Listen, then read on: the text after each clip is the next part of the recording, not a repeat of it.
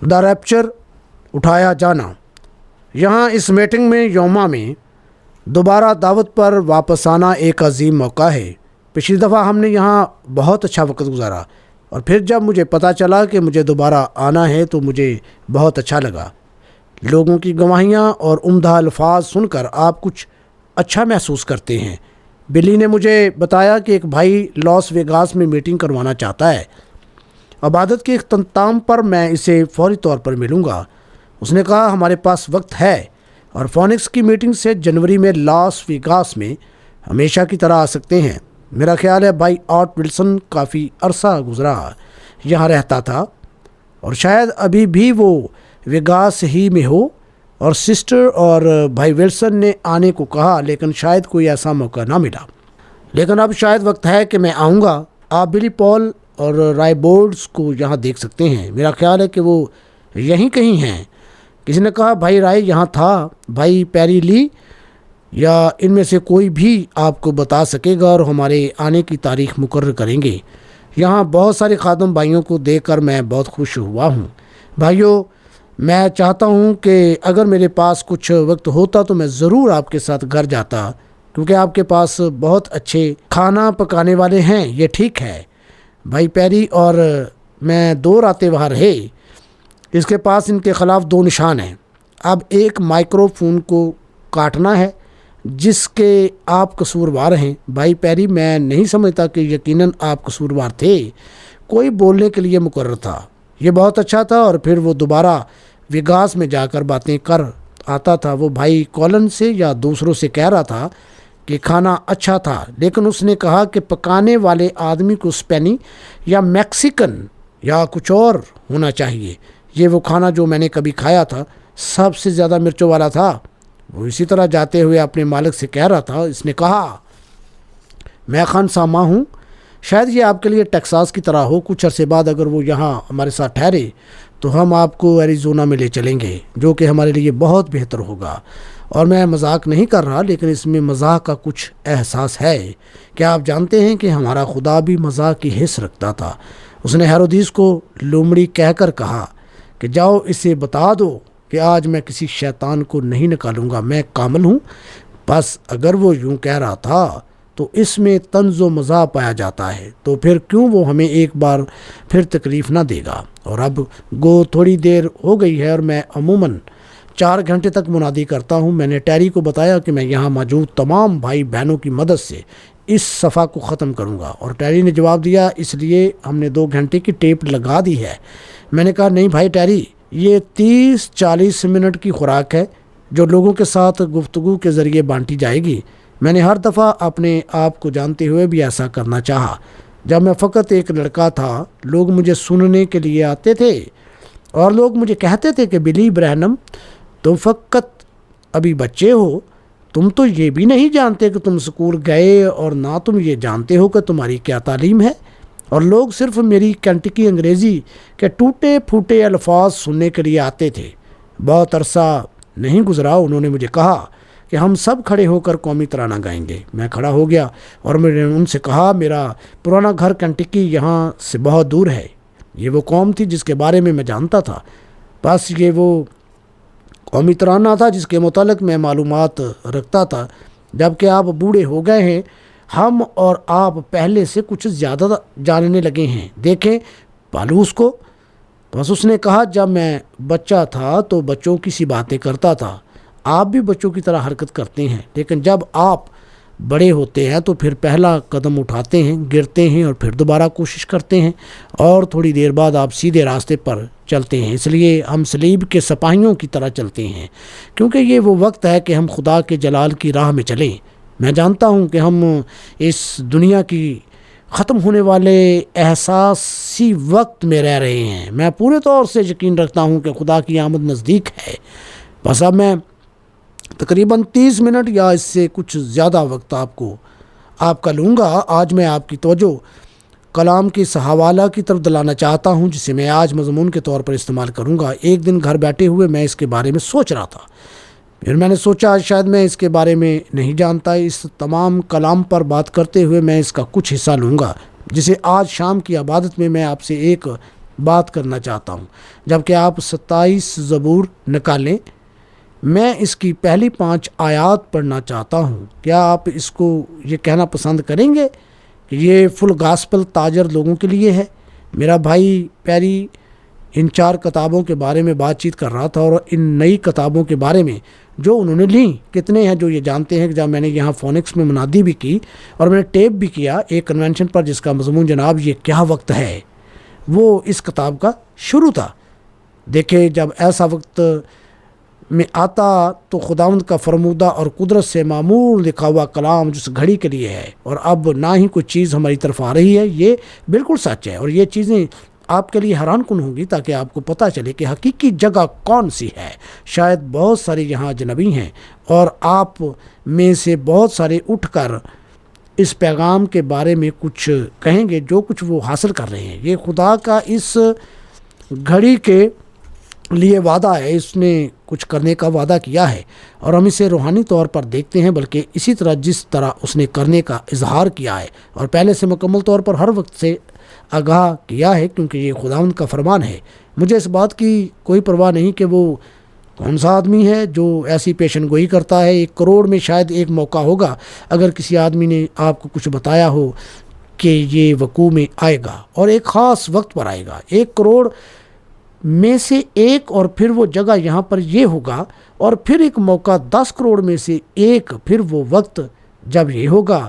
اور ہم دوسری طرح پر اندازہ کر سکتے ہیں کہ جب ہم اسے مکمل طور پر دیکھتے ہیں تو یہ خدا ہے، اور جب ہم خدا کے کلام کی طرف واپس جاتے ہیں تو یہ ہمیں مختلف نظر آتا ہے، کلام میں نہ جانتے ہوئے بھی کہ یہاں یہ کہاں مرقوم ہے، لیکن روح القدس ہماری رہنمائی کرتا ہے اور سارے کلام کو اکٹھا کر کے ہمیں پوری تصویر دکھاتا ہے کہ وقت کے مطابق ہم کہاں ہیں، ہم تبدیل ہو رہے ہیں، ہم کونے پر ہیں۔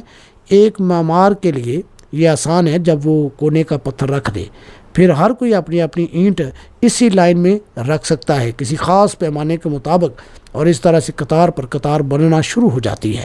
یہ سب ٹھیک ہے، لیکن جب آپ دوسری طرف موڑنا چاہتے ہیں، اب خدا دیوار نہیں بنا رہا، وہ گھر بنا رہا ہے۔ دیکھیے، یہاں بائبل میں بہت سارے نقش و نگار بنائے گئے ہیں، اور یہ نقش و نگار کوئی بھی بنا سکتا ہے، لیکن یہ نقشہ کے مطابق بنانا پڑے گا، اگر ایسا نہیں تو پھر اسے گرا کر دوبارہ بنانا پڑے گا۔ ہم خدا کے شکر گزار ہیں کہ خداوند نے ہمارے لیے ان تاجروں کے وسیلہ سے دروازے کھولے تاکہ آپ لوگوں کے ساتھ اچھی رفاقت ہو سکے۔ میں ہمیشہ یہ جانتا ہوں اور میں یقین نہیں رکھتا، میں ان لوگوں پر یقین کرتا ہوں جو کہ مشنوں کے اندر ہیں، لیکن میرے پاس اتنا وقت نہیں ہے کہ میں ان تنظیموں کے ساتھ محنت کروں، کیونکہ انہوں نے اپنے گرد باڑ لگا رکھی ہے، اور یہ بالکل ایسے ہے جیسے بھائی ڈیوڈ بطخوں کے تیرنے کے بارے میں کہہ رہے تھے۔ جب دریا میں طغیانی آئی اور ایک بطخ دوسری بطخ کے ساتھ رفاقت کرنا چاہتی تھی، پر ایسا نہ ہو سکا کیونکہ اس کے چوگرد باڑ لگی ہوئی تھی، لیکن جب پانی بہت بلند ہوا تو اس نے ان بطخوں کو باڑ سے آزاد کر دیا۔ بس میں سمجھتا ہوں کہ یہی اچھا طریقہ ہے، پانی آتا ہے، دیکھیں ہم باڑ سے آزاد ہو سکتے ہیں اور ایک دوسرے سے رفاقت رکھ سکتے ہیں۔ دیکھیے، مسیح کا پیار اپنے دلوں میں رکھیں اور میرے لیے ایسا کرنے کا وسیلہ فل گاسپل تاجر ہی بنے، کیونکہ کئی دفعہ اکثر تنظیموں میں اچھے بھائیوں سے ملا ہوں، پریسبیٹیرین، لوتھرن، بیپٹسٹ، پینتیکاسٹل اور مختلف قسم کے پینتیکاسٹل، خدا کی کلیسیا، ناظرین، بلی گراہم، روحانی، ہر جگہ بہت اچھے بھائی ہیں، لیکن اکثر وہ مجھے اپنے ملک میں بلا نہیں سکے۔ یہ بات نہیں کہ وہ یہ نہیں جانتے، بلکہ اس لیے کہ ان کی تنظیم انہیں نکال دے گی، اور جب آپ ایسا کرتے ہیں تو واقعہ ایسا ہی ہوتا ہے۔ زیادہ وقت نہیں گزرا کہ ایک میتھوڈسٹ بھائی میرے پاس آیا، میں اس کا نام نہیں لوں گا، وہ اچھا آدمی تھا، وہ الہی شفا پر مضمون لکھا کرتا تھا، اور وہ میرے پاس کچھ باتیں کرنے کو آیا اور ہم نے بیٹھ کر تھوڑی دیر کچھ باتیں کی، اور اس نے کہا وہ چیز جس کے باعث ہم آپ کے خلاف ہیں پینتیکاسٹل رفاقت ہے کہ آپ ہمیشہ پینتیکاسٹل کے ساتھ رہتے ہیں۔ میں نے کہا اب اگر میتھوڈسٹ چرچ مجھے دعوت دے تو میں آؤں گا، وہ مختلف تھا۔ دیکھیے، اس نے کہا اچھا میں میتھوڈسٹ چرچ کا ممبر نہیں ہوں، میرا صرف ان کے ساتھ تعلق ہے۔ میں نے کہا یہ ٹھیک ہے، دیکھیں اور پینتیکاسٹل جو اپنے دروازے کھولتے ہیں، اور دیکھیے وہ ایسے ہیں جن تک میں جا سکتا ہوں، اور ان میں سے ایسے بہت سے ہیں جو کہ اسے کھولیں گے۔ کیوں؟ ہم اندر آنے کے لیے تیار ہیں۔ جیسا کہ مکاشفہ کے 3 باب میں اس نے کہا ہے کہ دیکھ میں دروازے پر کھڑا کھٹکھٹاتا ہوں، اگر کوئی آدمی دروازہ کھولے گا تو میں اندر آ کر اس کے ساتھ کھانا کھاؤں گا۔ وہ مسیح تھا جو ہمیشہ کھٹکھٹاتا تھا، وہ سچ تھا اور وہ کلام تھا، اور یہ بھی سچ ہے کہ وہ واقعی کلام تھا، اور یہ بھی سچ ہے کہ وہ واقعہ کلام تھا۔ اس لیے فل گاسپل تاجر بھائی ہی ہیں جو اکٹھا ہونے کی دعوت نہیں دیتا۔ ایسے آدمی مختلف کلیسیاؤں سے ہیں، اور ہم پوری دنیا کے اندر فل گاسپل بھائیوں کے ساتھ بہت سی ایسی باتیں اور مضمون پیش کیے ہیں۔ اس لیے موقع کے لیے جو مجھے ملا میں ان کا بہت شکر گزار ہوں۔ جب تاجر بھائی دعوت دیں گے پھر کسی نہ کسی طرح تمام چرچ کے لوگ آئیں گے، لیکن میں کبھی بھی کسی کو اس کے چرچ کو چھوڑنے کو نہیں کہوں گا۔ اپنی کلیسیا میں اس روشنی کو پھیلائیں، دیکھیں حقیقی مسیحی بنیے۔ آپ کا پاسٹر آپ کی تعریف کرے گا کہ آپ وفادار خالص ایماندار ہیں۔ کوئی آدمی جو خدا پر یقین رکھتا ہے ایسے شخص کی تعریف کرتا ہے۔ میں اپنے بھائی، اس کی بیوی، اس موقع اور آج کی گفتگو کے لیے شکر گزار ہوں۔ خدا کرے کہ اس بات پر اس کی برکت ہو اور یہ بڑھتی جائے، اور یہ خداوند کے ہاتھ میں اس کی آمد سے پہلے سینکڑوں کو بچانے کا سبب بنے۔ اس لیے تمام سربراہ یا ان میں ان کی نمائندگی کرنے والے یہاں موجود ہیں۔ زبور کی کتاب میں سے ایک حقیقت پر آج شام میں بولنا چاہتا ہوں۔ میں نے کچھ حوالے لکھے ہیں اور شاید میرا خیال کچھ اور بیان کرنے کا تھا، اور چونکہ وقت گزر گیا ہے اور میں زیادہ دیر رکنا نہیں چاہوں گا، آئیے یہاں کچھ اور حوالہ جات دیکھیں۔ اور میں اٹھایا جانا کے موضوع پر بولنا چاہتا ہوں۔ اور دیکھیے، ہم یقین رکھتے ہیں کہ ہم اٹھائے جائیں گے۔ سب مسیحی یہ مانتے ہیں۔ یہ بائبل پڑھنے والے ایمانداروں کے لیے اٹھایا جانا ہے۔ اور اب منظر دیکھیے، ہم 25 زبور پڑھیں گے، معاف کیجئے 27 زبور، اس کی 5 آیت تک۔ خداوند میری زندگی اور میری نجات ہے، مجھے کس کی دہشت؟ خداوند میری زندگی کا پشتہ ہے، مجھے کس کی ہیبت؟ جب شریر یعنی میرے مخالف اور میرے دشمن میرا گوشت کھانے کو مجھ پر چڑھ آئے تو وہ ٹھوکر کھا کر گر پڑے۔ خواہ میرے خلاف لشکر خیمہ زن ہو، میرا دل نہیں ڈرے گا۔ خواہ میرے مقابلہ میں جنگ برپا ہو تو ابھی میں خاطر جمع رکھوں گا۔ میں نے خداوند سے ایک درخواست کی ہے، میں اسی کا طالب رہوں گا۔ میں عمر بھر خداوند کے گھر میں رہوں تاکہ خداوند کے جمال کو دیکھوں اور اس کی ہیکل میں استفسار کیا کروں، کیونکہ مصیبت کے دن وہ مجھے اپنے شامیانہ میں پوشیدہ رکھے گا۔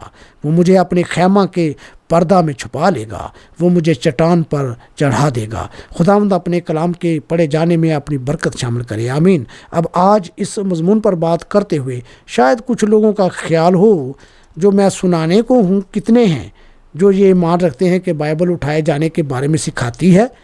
ہاں جی، یہ ٹھیک ہے، کلیسیا کا اٹھایا جانا، چاہے آپ میتھوڈسٹ ہوں، بیپٹسٹ، پریسبیٹیرین یا جو بھی آپ ہوں، پینتیکاسٹل ہوں، اٹھائے جانے کا عمل ہوگا۔ اور اس بات کو بیان کرتے ہوئے میں ایسی کوئی بات کہنا نہیں چاہتا جو صرف لوگوں کو خوش کرے۔ میں نے کبھی اپنے آپ کو اس بات میں مجرم نہیں پایا۔ میں کھڑے ہو کر اس بات کو کہوں گا جس میں میری رہنمائی ہوتی ہے تاکہ وہ آپ کی مددگار ہو۔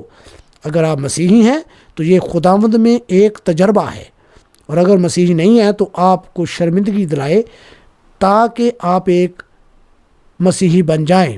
اور خداوند کی رہنمائی میں ان خیالات کو اکٹھا کرنا ہی میرا فرض ہے۔ اب ہمیں آگاہ کیا گیا ہے کہ ان آخری دنوں کی تعلیم جھوٹ پر مبنی ہوگی۔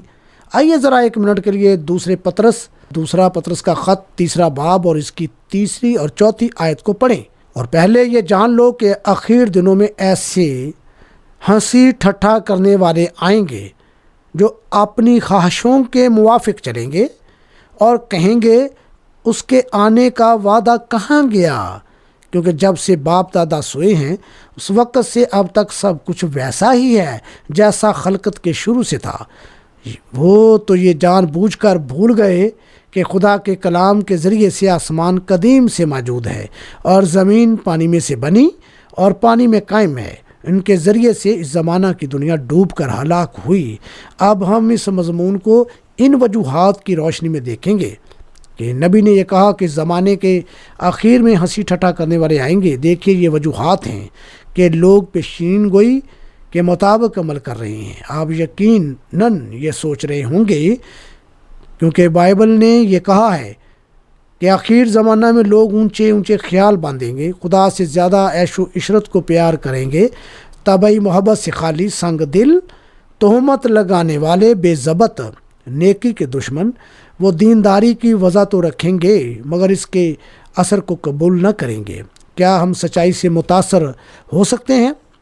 یقیناً جب موسیٰ بنی اسرائیل کو ملک مصر سے رہائی دلانے کے لیے گیا تو اس کے ہاتھ میں چھڑی ایک نشان تھا۔ ایک آسمان کا خدا اس کے ساتھ ہے۔ اس نے معجزات کیے، اس کے نمونہ پر دوسرے آئے اور انہوں نے وہی کام کیے جو وہ کرتا تھا۔ اس نے معجزہ کیا اور وہاں کچھ کام کرنے والے اس کے پیچھے آئے اور وہی کام کرنے لگے جو وہ کرتا تھا۔ دیکھیے اب وہ دوسرے نمبر پر آئے، اس سے پہلے کہ وہ اس کو نمبر 1 پر رکھتا، پھر وہ ادھر آئے کیونکہ وہ اس کام کو جو وہ کرتا تھا اس کی نقل کرنا چاہتے تھے۔ ہم یہ تلاش کرتے ہیں اور اب آپ کہیں گے کہ اچھا یہ موسیٰ کے دنوں میں تھا، لیکن وہی حوالہ جات کہتے ہیں کہ وہ اخیر دنوں میں آئے گا۔ جس طرح ینیس اور امریس موسیٰ کے ساتھ کھڑے تھے، پاس وہ آدمی بغیر کسی سچائی اور قانون کے تھے۔ دیکھیے پاس اس قسم کے خیالات لوگوں کو اکھاڑنے کا سبب بنتے ہیں، اور پھر اگر یہ خوشی جو کہ ہمارے پاس سے گزر رہی ہے اور کوئی چیز جو خدا کے پاس اس کے کلام میں سے ہے وہ ہمیشہ ہے، اور کچھ چیزیں انہیں ورگلائیں گی اگر وہ کر سکتے ہیں، یہ سب شیطان کا مقصد ہے۔ جیسا کہ لاس ویگاس کے ایک بھائی نے عبادت کے دوران کہا تھا، دنیا شیطان کی سلطنت ہے اور اس کا دارالحکومت بھی قائم ہو چکا ہے۔ میں جانتا ہوں کہ شیطان اس جہاں کا خدا ہے، آسمان کے نیچے ہر قوم پر اس کا اختیار ہے۔ یہ بالکل درست ہے، یہ دنیا شیطان کی ملکیت ہے، لیکن یسوع اسے لے گا۔ ایک دن شیطان نے اسے اس دنیا کی پیشکش کی تھی، لیکن اس نے انکار کر دیا اور کہا چونکہ وہ جاننا چاہتا تھا کہ ایک دن آئے گا جب وہ اس کی گلہ بانی کرے گا۔ ٹھٹھا باز، آئیے آگے بڑھنے سے پہلے چند لمحوں کے لیے صرف اس ایک لفظ پر غور کریں، ٹھٹھا باز۔ تقریباً 2 ہفتے قبل میں نے ٹیوسان میں ایک اخبار کی سرخیوں میں چھپی تھی کہ یسوع مسیح کا مصلوب ہونا پلاطوس اور یسوع کے مابین کشمکش کے باعث تھا، کیونکہ یسوع اپنے آپ کو کچھ بنانا چاہتا تھا۔ انہیں غلط ثابت کرنے کا کوئی طریقہ نہیں، کیونکہ خدا کی سب چیزیں ایمان سے قبول کی جاتی ہیں، ہمیں اس پر ایمان رکھنا چاہیے۔ اب اس نے آگے کچھ بیان کیا، یہ سب کس طرح ہوگا؟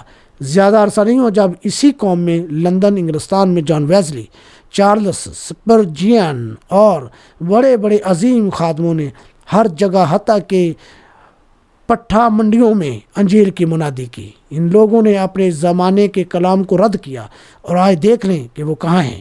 آج رات بھائی ولیمز اور دیگر لوگ یہی ہیں۔ یہ دنیا کے گھٹیا ترین ملکوں میں سے ایک ہیں۔ میں ساری دنیا میں گیا ہوں لیکن انگلستان جیسی حرام کاری اور کہیں نہیں دیکھی۔ بلی گراہم نے بھی بالکل یہی بات کہی ہے۔ وہ کیوں اپنی بیوی کو پارکوں سے باہر نکال لے گیا؟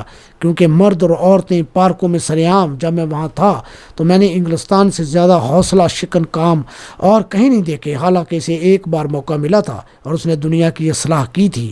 اس سے اندازہ لگایا جا سکتا ہے کہ وہ قوم کس قدر گر چکی ہے۔ لیکن آپ دیکھ سکتے ہیں کہ ہوا کیا ہے۔ جو پیغام گزر چکا ہے، انگریز اسی کو تھامے ہوئے ہیں، اب وہ کام نہیں دے گا۔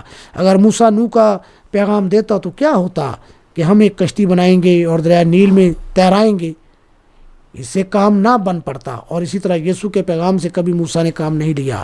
لوتھر کے پیغام کی جگہ ویزلی کا پیغام کام نہیں دے گا، اور نہ ویزلی کے پیغام کی جگہ لوتھر کا پیغام کام دے گا۔ اور آج پینتیکاسٹل آخری بڑی اصلاح تھی، لیکن اب ہم اس سے آگے نکل گئے ہیں، اور پینتیکاسٹل پیغام آج کے پیغام کے ساتھ شامل نہ ہوگا، کیونکہ اب اور زمانہ ہے۔ یہ سارا خدا ہی کا کلام ہے، لیکن یہ تعمیر ہو رہا ہے۔ جس طرح پاؤں بازو اوپر کی طرف بڑھتے ہوئے دلہن تیار ہو رہی ہے، سمجھے؟ لوگوں کو پیچھے مت لے جائیے، وہ اپنے پیغام کے ساتھ موجود رہے۔ دلہن میں شمار سب نکل آئے۔ جس طرح سے گندم کا دانہ اپنے تنے سے زندگی حاصل کرتا ہے، یہ گندم کے دانے کو چھوڑ دیتا ہے، دانہ زمین میں گر کر خود پیدا ہوتا ہے۔ زیادہ عرصہ نہیں گزرا، میں ایک جرمن کی تنقیدی کتاب پڑھ رہا تھا۔ اس نے کہا بھائی ولیم برہنم اس سب سے بالا تر ہے جو حقیقت کو نہیں مانتے۔ اس نے کہا اس کے پاس کچھ نہیں کیونکہ وہ جادوگر ہے، وہ ایسے کام کرتا ہے، سمجھے، جو عام آدمی نہیں جانتا۔ اور وہ آدمی تنقیدی بھی تھا اور خدا پر بھی ایمان نہیں رکھتا تھا۔ اس نے کہا کہ خدا بھی تاریکی میں کام کر سکتا تھا، ہاتھوں میں ہاتھ ڈال کر اور ان سچی ماؤں پر ہنس سکتا ہے، اور ان کے بچوں کو شیروں نے کھا لیا اور ان میں سے کچھ نہ بچا۔ دیکھیے، جہاں دنیاوی دماغ اور تعلیم اور ایسی دوسری چیزیں ہوں گی، وہ رویا کو نہیں سمجھ سکتے، کیونکہ گندم کے دانہ کے لیے زمین کا ہونا ضروری ہے۔ جس طرح یسوع مر کر زندہ ہوا، اسی طرح پینتیکاسٹل چرچ کو گرنا ہے، اسے بھی زمین میں جانا ہے۔ کوئی گندم کا دانہ جب زمین میں گرتا ہے تو اسے بھی بڑھنے کے لیے تاریکی میں رہنا پڑتا ہے۔ یہ کام مارٹن لوتھر سے شروع ہوا اور ویزلی تک آیا۔ پھر پینتیکاسٹل کے پاس ایک سٹے سے دانے کو باہر نکالنا ہے۔ وہ جو اپنے پیچھے چھوڑ کر آئے ہیں وہ تنے ہیں، سب کچھ جلایا جانا ہے، کیونکہ یہ تنظیمی نظام ہے۔ لیکن حقیقی دانہ جو ان اصلاحوں سے پیدا ہوا وہ دلہن میں اٹھایا جائے گا، اور یہ سب مل کر دلہن بنے گی۔ زیادہ عرصہ نہیں گزرا کہ لندن میں کچھ لوگ قربانی سے متاثر ہوئے۔ ان کے بچوں کے بڑے بڑے بال اور ایسی چیزیں تھیں، اور وہ یسوع کو ڈیڈی کہہ کر پکارتے تھے۔ یہ سارا ایک نااہل گروہ تھا۔ اب آپ کہیں گے یہ لندن میں ہوا؟ پچھلے ہفتہ کے اخبار میں امریکہ کے ایک بہت بڑے مذہبی استاد نے، جو ایک اچھے اسکول سے تھا، اس نے کہا کہ یہ قربانی ایک دھوکہ ہے۔ اس نے کہا کہ یسوع اپنے آپ کو ویسا بنانا چاہتا تھا، اور اس نے نشہ آور بوٹی بھی پی، جس کا ذکر ہم پیدائش کی کتاب میں پڑھتے ہیں۔ یہ جڑی بوٹی ایشیا میں پائی جاتی ہے، جس کے پتے سگریٹ کی طرح پیتے ہیں، اور اس کے دھوئیں سے 2 یا 3 دن تک آدمی بے ہوش پڑا رہتا ہے یا مر بھی سکتا ہے۔ اس نے کہا جب انہوں نے اس کو پت ملی ہوئی میں پینے کو دی تو یہ ہو سکتا ہے کہ اس میں کوئی نشہ اور بوٹی ملا کر دی ہو، اور وہ ایسے لگ رہا تھا جیسے کہ وہ مر گیا ہے، اور انہوں نے اسے قبر میں رکھ دیا، اور 2-3 دن گزر جانے کے بعد وہ دوبارہ جاگا، سب ٹھیک تھا۔ وہ انڈیا میں چلا گیا اور ایک عام طریقے سے مرا۔ یہ مذہب کو دھوکہ دینا ہے۔ پہلی بات تو یہ ہے کہ یہ صرف تنقید ہے۔ آج کل کی نسل کو کیا ہو گیا ہے؟ ہم ٹھٹھا باز لوگوں میں رہ رہے ہیں۔ دیکھیں، ان دنوں میں پیشین گوئیاں پوری ہو رہی ہیں۔ خدا نے ہر زمانہ کے لوگوں کو کلام کا حصہ تقسیم کیا، اور ہر زمانہ نے اس کا اظہار کیا ہے۔ اس نے لوگوں کو پہلے سے مقرر کیا تاکہ وہ اپنا کلام پورا کرے، اور جب اس نے کلام کیا اس نے ایک آدمی کو مقرر بھی کیا۔ موسیٰ کے زمانہ میں کلام کے لیے موسیٰ کو مقرر کیا، اور جب خدا کے بیٹے کے پیدا ہونے کے وقت کو مقرر کیا، اسی طرح ہر زمانہ میں کلام کے ساتھ آدمی کا پہلے سے تقرر تھا۔ جس طرح بائبل کہتی ہے، اگر خدا ابدی، قادر مطلق، قدرت والا اور ہر جگہ موجود ہے تو پہلے ہی سے اسے ان باتوں کا علم بھی تھا۔ مہیا کرنے والے کے بغیر کچھ بھی نہیں۔ ایسا صرف ہمارا اپنا خیال ہے کہ ہر چیز خود بخود چل رہی ہے۔ اگر آپ اس کلام میں ذرا پیچھے دیکھیں کہ وہ کیا کرتا ہے تو پھر ہمیں پتہ چل جائے گا۔ اب ذرا سوچیں، پہلی وجہ جو اس خادم نے سوچا، جب انہوں نے اس کے منہ میں پت ملی ہوئی ہوگی تو اس نے تھوک دیا ہوگا۔ پہلی بات تو یہ کہ اس نے پیا ہی نہیں ہوگا، یہ شک پیدا کرتا ہے۔ دوسری بات یہ کہ یسوع ناصری کی زندگی کی پیشین گوئیاں پرانے عہد نامے میں کس طرح پوری ہوتی ہیں؟ یہ کیسے ہوا؟ یہ ممکن نہیں جب تک خداوند مسیح نہ کرے۔ اس کی زندگی میں پرانے عہد نامے کی تمام پیشین گوئیاں پوری ہوتی ہیں۔ اور ایک اور بات، اگر اس نے شاگردوں کو دھوکہ ہی دیا ہے تو پھر وہ سب کیوں شہید ہوئے؟ اور پطرس رسول نے کہا کہ مجھے الٹا لٹکا دو، میں اس کی طرح مرنے کے لائق نہیں۔ وہ اندریاس کو لے گئے اور صلیب پر پہلو کے بل لٹکا دیا۔ انہوں نے اپنے ہی خون سے اپنی گواہی کو سر بمور کیا۔ انہوں نے اس کا یقین کیا اور اس سے محبت کی اور اپنی زندگیاں قربان کر دیں۔ اگر وہ دھوکہ باز ہوتا تو وہ ایسا کیوں کرتے؟ لوگ اس کے روحانی پہلو کو نہیں سمجھ سکتے۔ کوئی زیادہ عرصہ نہیں گزرا کہ ایک بہت بڑے ربی نے لکھا کہ جب موسیٰ بحر قلزم سے گزر کر آتا تھا تو وہ حقیقتاً پانی نہیں تھا، کیونکہ پانی کبھی دیوار نہیں بن سکتا۔ یہ کیا تھا؟ بحر مردار کے دوسرے کنارے پر کچھ جڑی بوٹیاں موجود تھیں اور وہ ان میں سے ہو کر گزرا تھا۔ وہاں ضرور پانی والی بوٹیاں تھیں اور وہ ان میں ہو کر گزرا تھا۔ وہاں ضرور پانی والی بوٹیاں موجود تھیں، وہ کوئی پانی نہیں تھا، یہ جڑی بوٹیوں کا جھنڈ تھا جس میں سے وہ ہو کر گزرا تھا۔ اور بہت سارے مذہبی رہنما اس کا یقین رکھتے ہیں، انہوں نے اسے تسلیم بھی کیا۔ کوئی زیادہ عرصہ نہیں گزرا جب کہ پہلا خلا باز خلا میں گیا، وہ واپس آیا اور اس نے وہاں خدا کو نہ دیکھا۔ اس سے بہت سارے خادم اکٹھے ہوئے۔ ان کا خیال تھا کہ خدا تقریباً 150 میل کی بلندی پر رہتا ہوگا، کیونکہ اور دنیاوی تعلیم اور عقل نے کلیسیا کو جڑی بوٹیوں میں تبدیل کر دیا، اور اسی لیے ایسا ہے۔ تعلیم اور تعلیمی نظام، سائنس اور تہذیب شیطان کی طرف سے ہیں۔ بائبل کہتی ہے کہ یہ شیطانی تہذیب ہے، اور ہماری تہذیب جو آنے والی ہے اس کا اس تہذیب کے ساتھ کوئی واسطہ نہیں. یہ مختلف تہذیب ہوگی. جتنا زیادہ ہم اس سائنسی تہذیب میں آگے بڑھتے جائیں گے ہم موت میں بڑھیں گے. یہ چیزیں ہمارے لیے ہر روز ہلاکت پیدا کرتی ہیں. اس نئی تہذیب میں نہ موت ہوگی، نہ بیماری، نہ غم، نہ دکھ ہوگا. وہاں ایسا کچھ نہ ہوگا. اس لیے اس تہذیب کو ختم ہونا ہے کیونکہ یہ شیطان کی طرف سے ہے. پیدائش کی کتاب 4 باب میں ہم پڑھتے ہیں کہ قائن کے لوگوں نے تہذیب شروع کی. انہوں نے عمارتیں، شہر، گاؤں تعمیر کیے اور بجانے والے ساز بنائے. یہ ان کے لیے ایسا علم بن گیا جو ان کو خدا سے دور لے گیا. لیکن سیت کے لوگوں نے خداوند کا نام لینا شروع کیا. یہ بیان کرنا بہت مشکل ہوگا. میں یہاں کسی کو ٹھوکر کھلانا یا کسی کلیسیا کے بارے میں کچھ کہنا نہیں چاہتا. اگر آپ یہاں ہیں اور اس کلیسیا کے ممبر ہیں، دوسرا میں آپ کو مجروح کرنے کے لیے ایسا نہیں کر رہا کیونکہ ہر کلیسیا میں اچھے لوگ ہوتے ہیں. گزرے ہفتہ میں شیری پورٹ میں کیتھولک کلیسیا کا ایک بیان پڑھ رہا تھا اور ہم دیکھتے ہیں وہ سب مل کر ایک بہت بڑی کونسل بنا رہے ہیں اور اس طرح بالکل بائبل کی ہر بات پوری ہو رہی ہے. اسی طرح اب ہمیں پتہ چل گیا ہے کہ بائبل ایک کلیسیائی تواریخی کتاب کے سوا کچھ نہیں. اس لیے تقریباً 25 سال تک اس مضمون کے طور شامل نہ کیا گیا. ہمیشہ کلیسیا شامل ہوئی، نہ کہ بائبل، اور بائبل کلیسیا کے کاموں کی تواریخ ہے. یہ کتنا عجیب جھوٹ ہے کیونکہ 300 سال ہوئے ہم نے بائبل کو لیا. پرانا عہد نامہ سال ہر سال مسیح کی آمد سے پہلے قلم بند ہوا. یہ شیطان کی باتیں ہیں.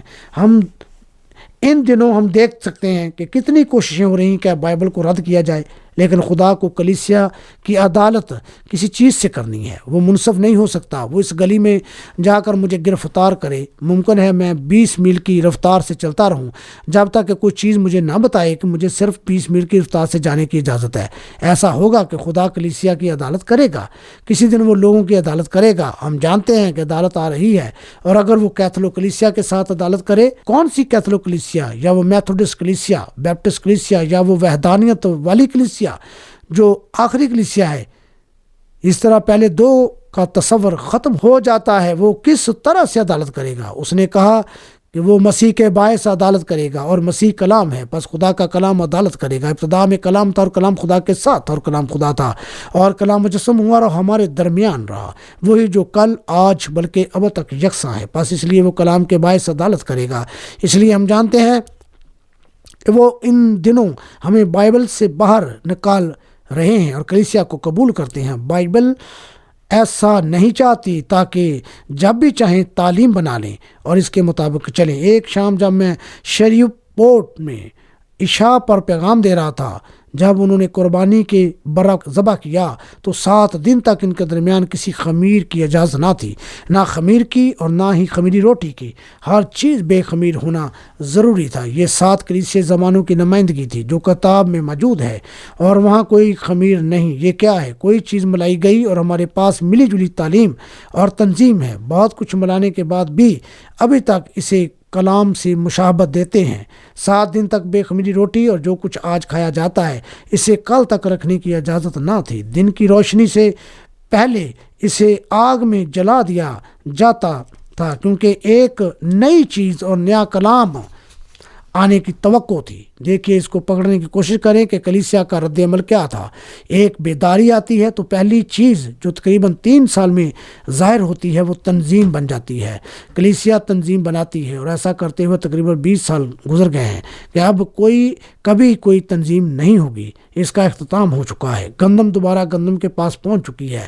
وہ اپنے دن میں موجود ہے اور بھوسی الگ ہو چکی ہے، اور گندم کو اب سورج کے سامنے رکھنا ہے تاکہ وہ پک جائے. کیا یہ عجیب بات نہیں؟ زیادہ عرصہ نہیں گزرا کہ مشرق کی ساحل پر پوری طرح اندھیرا تھا. وہ اسے بالکل نہ سمجھ پائے. کیا آپ نہیں جانتے کہ یہ ایک نشان ہے؟ کیا آپ نہیں جانتے کہ قومیں ٹوٹ رہی ہیں؟ اسرائیل اپنے گھر آ گیا ہے، اور یہ نشانات ظاہر کر رہے ہیں کہ ہم وقت کے اختتام پر ہیں. یہی وقت تاریکی کا بھی ہے. کیا آپ نبی کے اس نشان کو نہیں جانتے کہ شام کے وقت روشنی ہوگی؟ اس لیے جب تاریکی اور دوسری چیزیں اس طرح ہو رہی ہیں تو اب اس تاریکی کو دیکھیں کہ یہ کس طرح واقعہ ہوں گی. یاد رکھیں، جب پوپ اس چرچ میں آیا، میں جانتا ہوں کہ ہم نے ٹیپ بنائی. ٹیپ آپ کے پاس بھی ہوگی، اور میں نے ان کا نقشہ بورڈ پر بنایا۔ یہ کلیسیائی زمانے کا نقشہ آپ دیکھتے ہیں، کتاب میں بھی ایسا ہی ہے۔ اور اگر روح القدس آگ کے ستون کی مانند نہ آتا اور وہ اس دیوار تک پہنچا اور 300-400 لوگوں کی موجودگی میں انہوں نے یہ نقشہ خود بخود بنتے دیکھا، اور جو ہی پوپ نے شروع کیا تو چاند تاریک ہو گیا اور انہوں نے اس کی تصویر لے لی۔ پلپٹ پلیٹ فارم پر بھی اسی طرح بنایا گیا، اور اس نے 13 قدموں کا سفر طے کر کے 13 قوموں کو شہربانی دی۔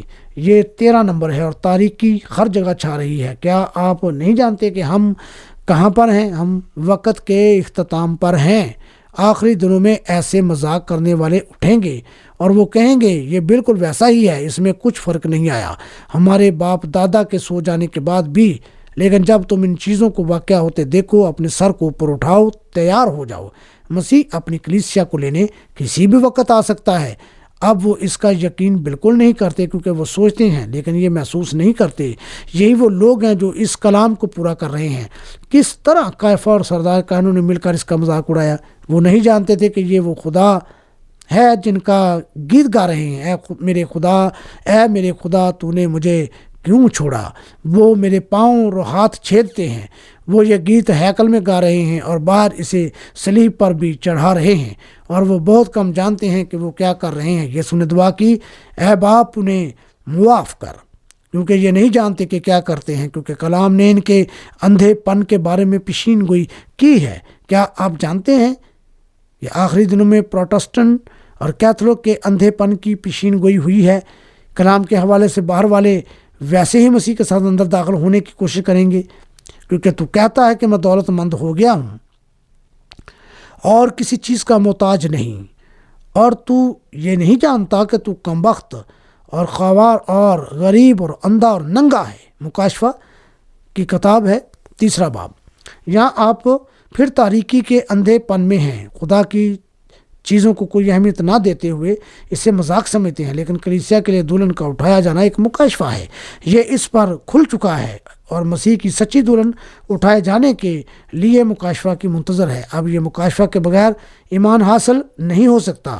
ایمان مکاشفہ ہے کیونکہ یہ کوئی چیز ہے جو آپ پر ظاہر ہوتی ہے، اس لیے کہ ہم کہتے ہیں کہ ایمان کا مکاشفہ ہے، اور یہ وہ چیز ہے جو ابراہم کی طرح آپ پر ظاہر ہوئی، اور اس ظاہر شدہ کے ساتھ کچھ بھی ہو سکتا ہے، حالانکہ ایسا نہیں تھا۔ اب ایمان کیا ہے؟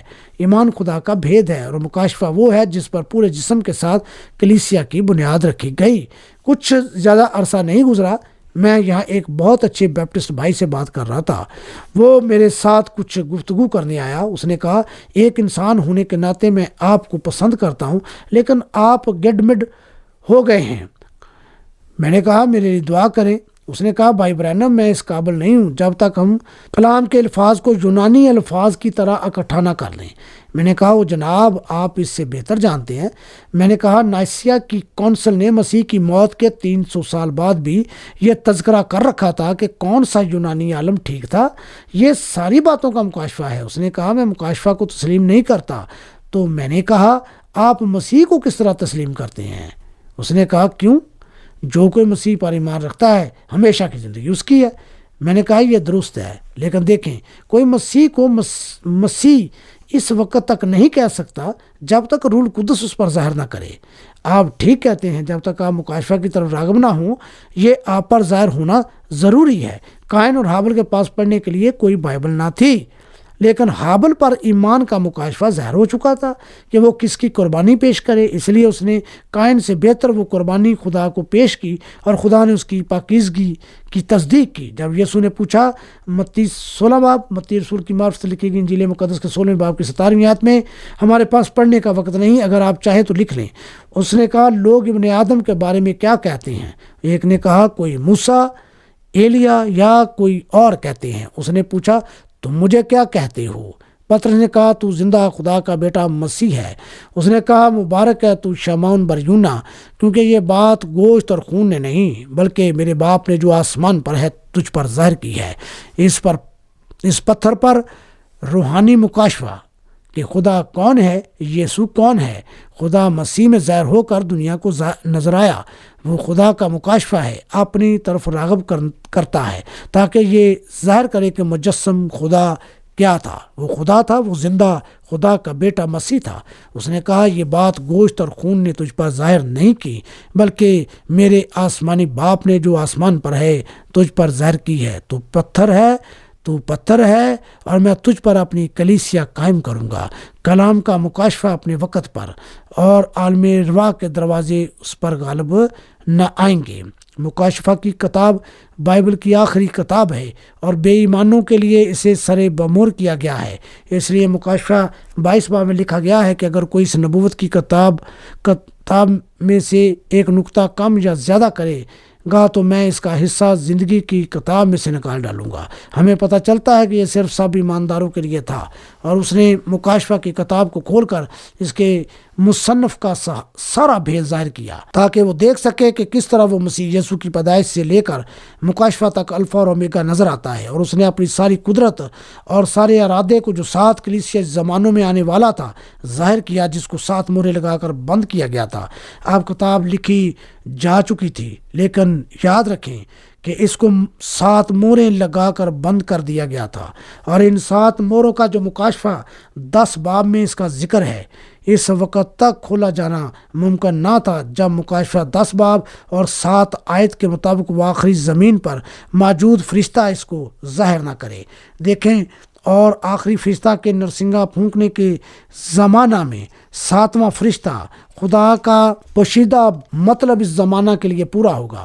یہ وہ وقت ہے جس میں ہم رہ رہے ہیں۔ ہم سب جانتے ہیں کہ ہم لودیکیا کے کلیسیائی زمانہ میں رہ رہے ہیں۔ اس کے بعد کوئی اور زمانہ نہیں آئے گا، کیونکہ ہم لودیکیا کے کلیسیائی زمانہ میں ہیں، اور یہ 7 مہریں اس کتاب میں لوگوں کے لیے ایک بھید ہے۔ اس دن یہ مہریں کھولی جائیں گی۔ یہ بات کلام سے باہر نہیں، بلکہ یہ اس کا وعدہ ہے، کیونکہ ہم نہ تو اس کتاب یعنی بائبل میں اضافہ کر سکتے ہیں اور نہ نکال سکتے ہیں۔ اسے کلام ہی رہنا ہے، لیکن مکاشفہ اس کی سچائی کو ظاہر کرے گا۔ یہ کیا ہے؟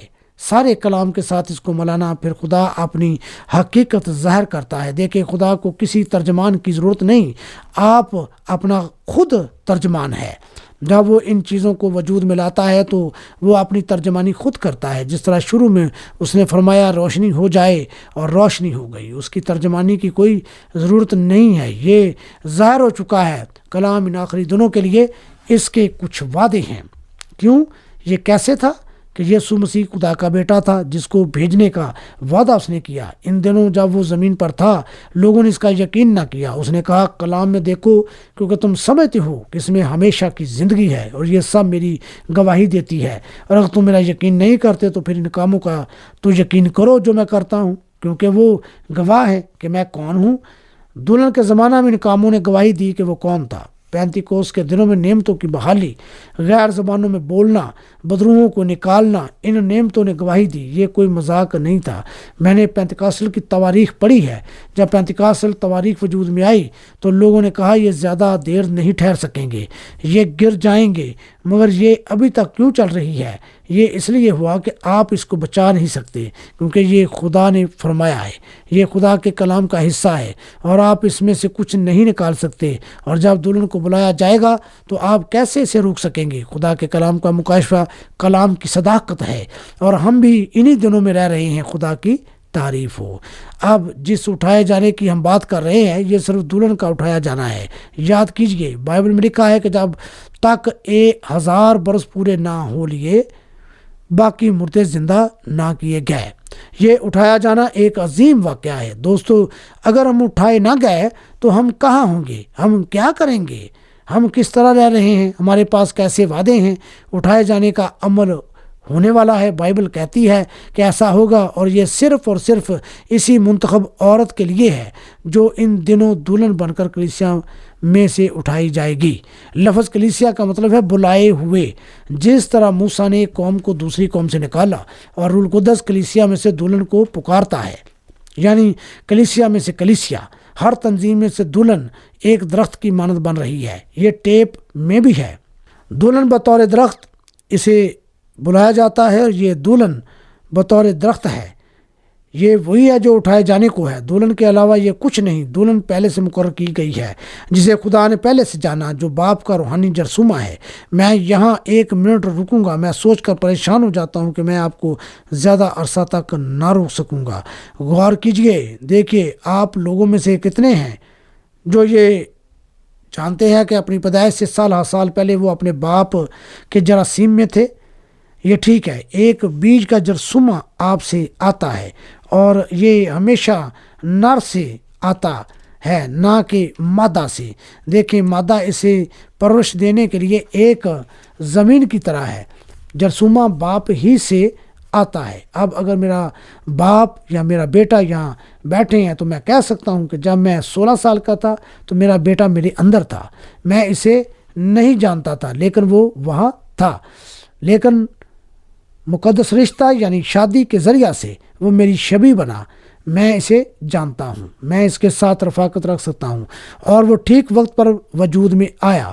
اسی طرح آپ بھی ہیں، اگر آپ نے ہمیشہ کی زندگی پا لی ہے تو دنیا کے بسنے سے پہلے آپ خدا میں تھے، آپ خدا کا ایک حصہ، اس کا بیٹا اور اس کی ملکیت تھے۔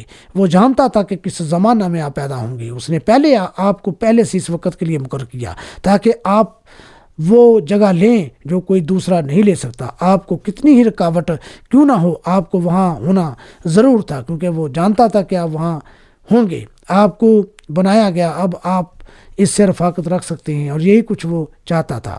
وہ رفاقت کی تڑپ رکھتا ہے تاکہ اس کی پرستش کی جائے۔ لیکن اگر آپ کی زندگی میں خدا کی کوئی خوبی نہ ہوتی تو آپ صرف مسیحیت کے مشابہ ہوتے۔ یہاں 10 لاکھ اور 10 کھرب میں سے کئی جھوٹے مسیحی ہیں۔ یہ واقعہ جو میں نے آپ کو سنایا، میں بھائی ڈیماس کو دیکھ رہا تھا کہ کس طرح وہ مویشیوں میں دوگلا پن پیدا کرتے ہیں، کہ کس طرح ایک ڈاکٹر نے اسے ٹیسٹ ٹیوب کو لیا۔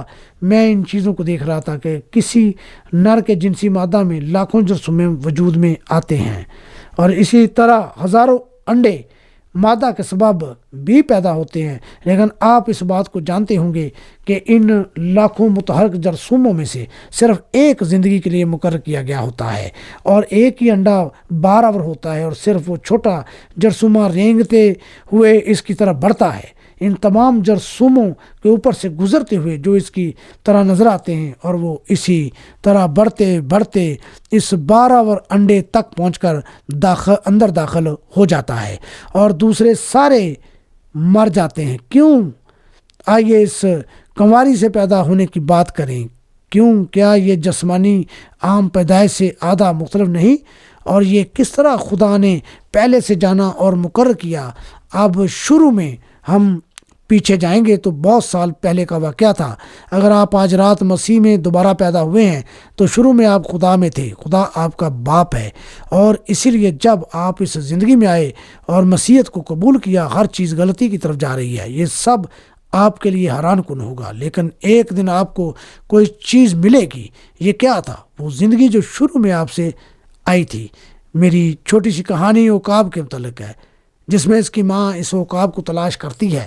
آپ نے یہاں مجھے منادی کرتے ہوئے سنا کہ عقاب کا چھوٹا بچہ ایک مرغی کے پاس تھا، اور مرغی کی عادت یہ تھی کہ وہ جیسے اپنے بچوں کو خوراک دیتی تھی ویسے ہی وہ عقاب کو خوراک دیتی تھی۔ عقاب کا چھوٹا بچہ اسے نہیں کھاتا تھا، یہ اس لیے تھا کہ وہ مرغی کا بچہ نہیں تھا، جوان کے ساتھ رہتا تھا جو ان کے ساتھ رہتا تھا۔ اس طرح وہ مرغیوں کے ڈربے میں مرغیوں کے ساتھ رہتا تھا، مرغی ڈربے کو اور تمام چیزوں کو کریدتی رہتی تھی، اور عقاب بچہ وہاں کھڑا نہیں ہو سکتا تھا، اور اس نے ہر دفعہ پکارا، اور سب چھوٹے بچوں نے اس کا حکم مانا، چونکہ اس کی ماں جانتی تھی کہ اس نے 2 انڈے دیے ہیں نہ کہ 1، دوسرا کہیں اور ہوگا۔ وہ اس کی تلاش میں گئی، ادھر ادھر چکر لگاتے ہوئے آخر کار وہ اس ڈربے کی طرف نکلی، اور اس نے اپنے بچے کو پا لیا، اور اس نے اسے آواز دی۔ اس آواز سے اسے احساس ہوا کہ یہ وہ آواز ہے جسے وہ پہچانتا ہے، وہ اسی کی تلاش میں تھا۔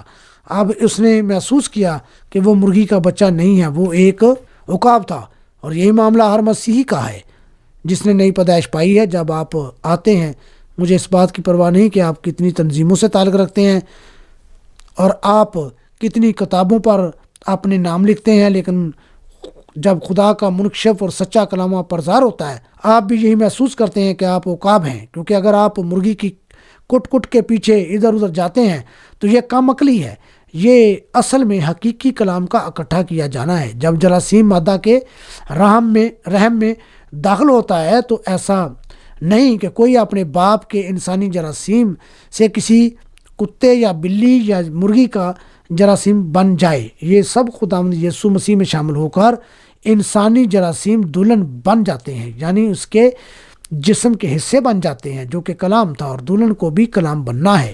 کلام کے اندر کلام کا اضافہ ہونا ہے۔ لوتھر کی تقدیس، ویزلی کی پاکیزگی، پینتیکاسٹل سے روح القدس کا بپتسمہ، نعمتوں کی بحالی اور سب کچھ اسی طرح ساتھ ساتھ کلام جرثومے پر جرثومہ، زندگی پر زندگی، تاکہ خداوند یسوع مسیح کی دلہن پورے مرتبہ تک لائی جائے۔ اب یاد کیجئے کہ آپ ایک خوبی تھے، اور اب ان باتوں کے بعد ہمیں پتہ چلا ہے کہ یسوع اپنی دلہن کو لینے آ رہا ہے۔